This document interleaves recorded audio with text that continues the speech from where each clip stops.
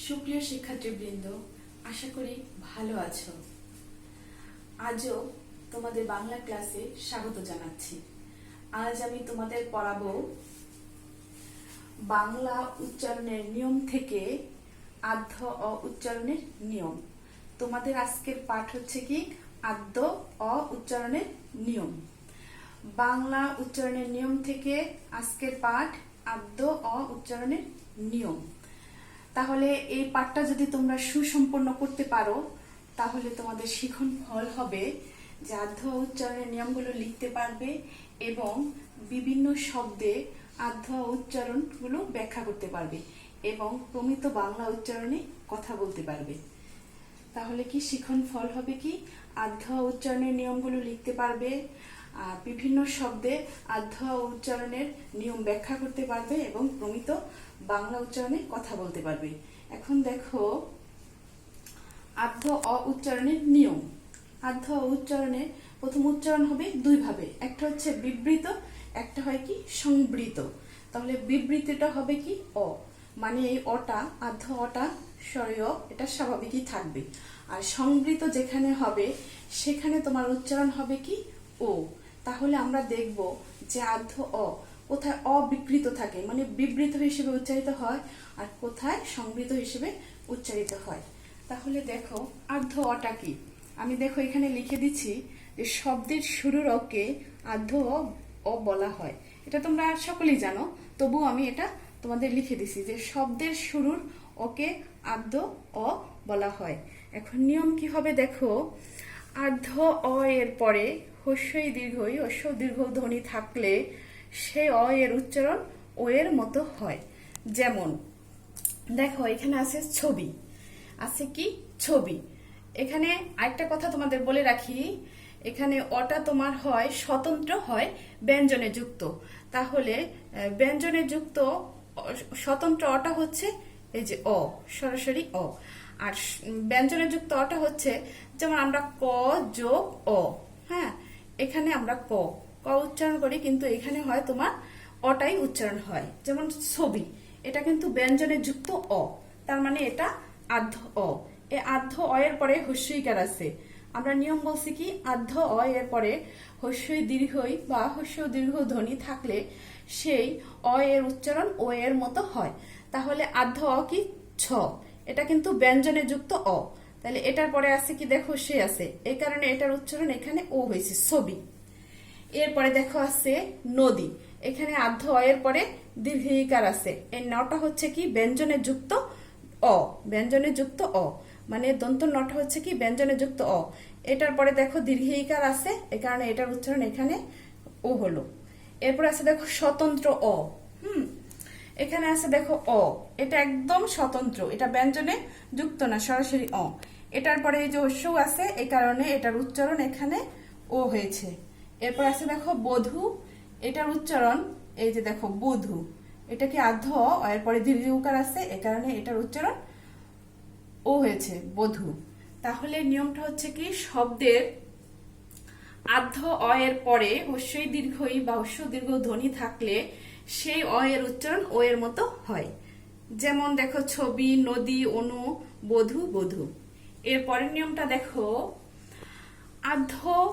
আদ্য অ এর পরের ধ্বনিতে রিকার থাকলে সেই অ এর উচ্চারণ ও এর মতো হয়। দেখো কি বলছে, আদ্য অ এর পরের ধ্বনি। তাহলে দেখো আছে আদ্য অ এই ম, এটা হচ্ছে কি ব্যঞ্জনে যুক্ত অ, তাইলে এটার পরে আছে রিকার, এই যে শ্রীন, মসৃণ। তাহলে এই অ এর উচ্চারণ এখানে ও, এই যে মসৃণ। আছে বক্তৃতা, দেখো বক্তৃতা। আর যুক্তাক্ষরগুলো সবসময় আমরা ভেঙে লিখবো। এরপরের নিয়মটা দেখো আদ্য অ এর পরের ধ্বনিতে জফলা থাকলে সেই অ এর উচ্চারণ ও এর মতো হয়। তাহলে কি দেখো এই যে আদ্য অ এর পরে জফলা আছে, জফলাযুক্ত বর্ণ আছে, তাহলে সে অ এর উচ্চারণ এখানে ও। যখন আমরা জফলার নিয়ম পড়ব তখন আমরা দেখব যে শব্দের শেষে যদি জফলাযুক্ত বর্ণ থাকে তাহলে জফলাযুক্ত বর্ণটির উচ্চারণ দ্বিত্ব হয়। যেমন দেখো আছে কি এই যে গদ্য, গদ্য, তাহলে জফলাযুক্ত বর্ণটি দ্বিত্ব হয়েছে। তাহলে এখন আমরা এই নিয়মটা দেখি, আমরা পড়তেছি কি আদ্য অ এর নিয়ম। আর্ধ অ এর পরে যদি জফলাযুক্ত বর্ণ থাকে তাহলে সে অ এর উচ্চারণ ও এর মতো হয়। যে দেখো আছে গদ্য গদ্য, এই যে পদ্ম, এই যে পদ্ম।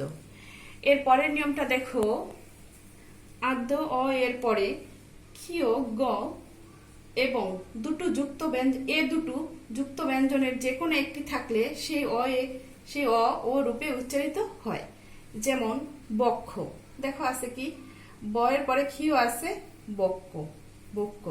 দেখো জয়ের পরে গ, এই যে দেখো এখানে আছে কি যজ্ঞ, যজ্ঞ। এরপরে দেখো রফলা যুক্ত আর্ধ অ এর উচ্চারণ ও এর মতো হয়। যেমন প্রভাত, প্রভাত। তার মানে কি শব্দের শুরুতে যদি রফলাযুক্ত অ থাকে, শব্দের শুরুতে যদি রফলাযুক্ত অ থাকে তাহলে সে অ এর উচ্চারণ ও এর মতো হয়। দেখো রফলাযুক্ত অ আছে, রফলাযুক্ত অ থাকাতে আর্ধ অ এর উচ্চারণ ও এর মতো হয়। যেমন দেখো আসছে প্রভাত, এই যে দেখো রফলাযুক্ত অ আছে, এখানে এর উচ্চারণ হচ্ছে প্রভাত। আচ্ছা দেখো ব্রত, এই যে ব্রত। প্রধান, প্রধান।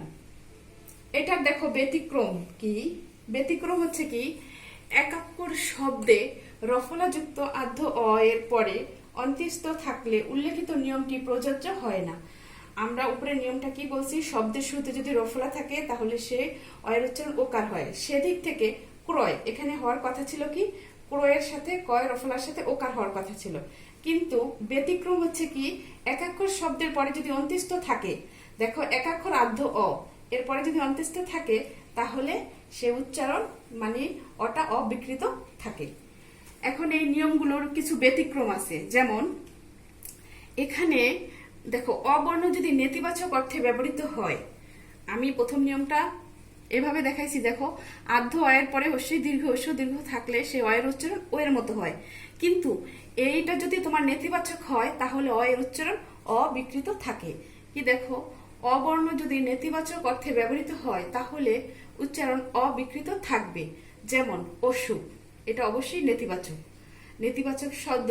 এই কারণে এইটা দেখো এখানে তোমার অবিকৃত আছে। আমাদের নিয়ম অনুসারে কি হওয়ার কথা ছিল যে অ এর পরে হস্য দীর্ঘ থাকলে এটা ও হয়ে যাবে, কিন্তু অসুখ শব্দটা একটা নেতিবাচক শব্দ, যে কারণে তোমার অটা অই রয়ে গেছে। এরপর দেখো সবগুলো ক্ষেত্রে নেতিবাচকের কথা বলছি। দেখো এখানে বলছে আর্ধ এর পরে যে রিকার, দেখো আর্ধ এর পরে রিকার থাকলে আমরা ও বসাই, কিন্তু অকৃতজ্ঞ এটা একটা নেতিবাচক শব্দ, এখানে অটা তোমার অবিকৃতই আছে। এরপরে দেখো আছে অন্যায়, এটা অন্যায়, এটা একটা নেতিবাচক শব্দ। কি ছিল এর নিয়মটা, যে আর্ধ অ এর পরের ধ্বনিতে জফলা থাকলে সেই অ এর উচ্চারণ ও এর মতো হয়। তাহলে অ এর পরে যেহেতু জফলা আছে সেখানে আমাদের নিয়ম অনুসারে হওয়ার কথা ছিল কি ও, কিন্তু অন্যায় এটা একটা নেতিবাচক শব্দ হয়, এই অটা অবিকৃতই রয়ে গেছে। এরপরে দেখো আছে অক্ষম, বলছি দেখো অক্ষম, এটা এখানে কি বলছে আর্ধ অ এর পরে ক্ষীয় গ এ দুটো যুক্ত ব্যঞ্জনের যে কোনো একটি থাকলে, তাহলে দেখো অক্ষম এটা একটা নেতিবাচক শব্দ। তাহলে অ এর পরে যেহেতু ক্ষীয় আছে আমাদের নিয়ম অনুসারে কি হওয়ার কথা ছিল ও, ও ক ক্ষম, কিন্তু সেটা না হয়ে এটা যেহেতু একটা নেতিবাচক শব্দ তাই এখানে অটা অবিকৃতই আছে। এরপর দেখো অজ্ঞ, এখানেও এটা নেতিবাচক শব্দ হওয়ায় এখানে অটা অবিকৃত রয়ে গেছে।